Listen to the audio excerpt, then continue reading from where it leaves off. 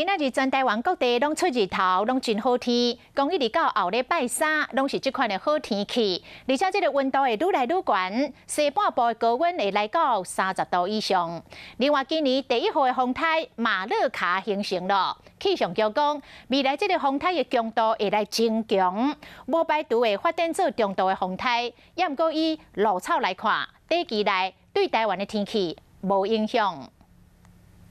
来到公园翕相散步，吹凉风、拍日头。不过，在咧享受好天气的同时，今年第1号风台马勒卡已经慢慢要架起来。可以看到，这个台风它未来会逐渐的先朝西北方向移动。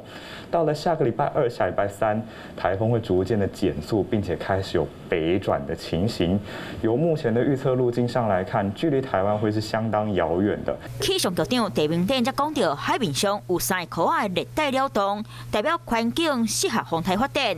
加在马勒卡，即马暂时也对台湾无直接的影响。未来敢有机会出现风台，就要继续观察。不过，会当确定的是，8日礼拜假期早暗会较凉冷。你是全台湾的天气拢是烧热好天。西半部高温来到31度，东半部有当时会落雨，不过温度卖来到29度。西半部金门、马祖就要注意有的所在会大雾。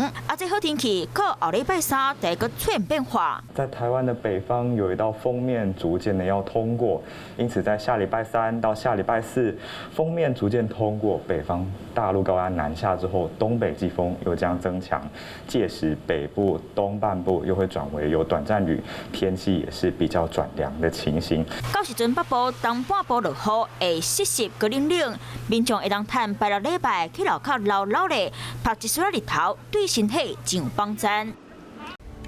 我是陈雅玲，想要跟我一起从零掌握天下事吗？赶紧按下华视新闻 YouTube 频道的订阅按钮，开启小铃铛，跟我一起探讨公共议题，给您最专业的华视新闻。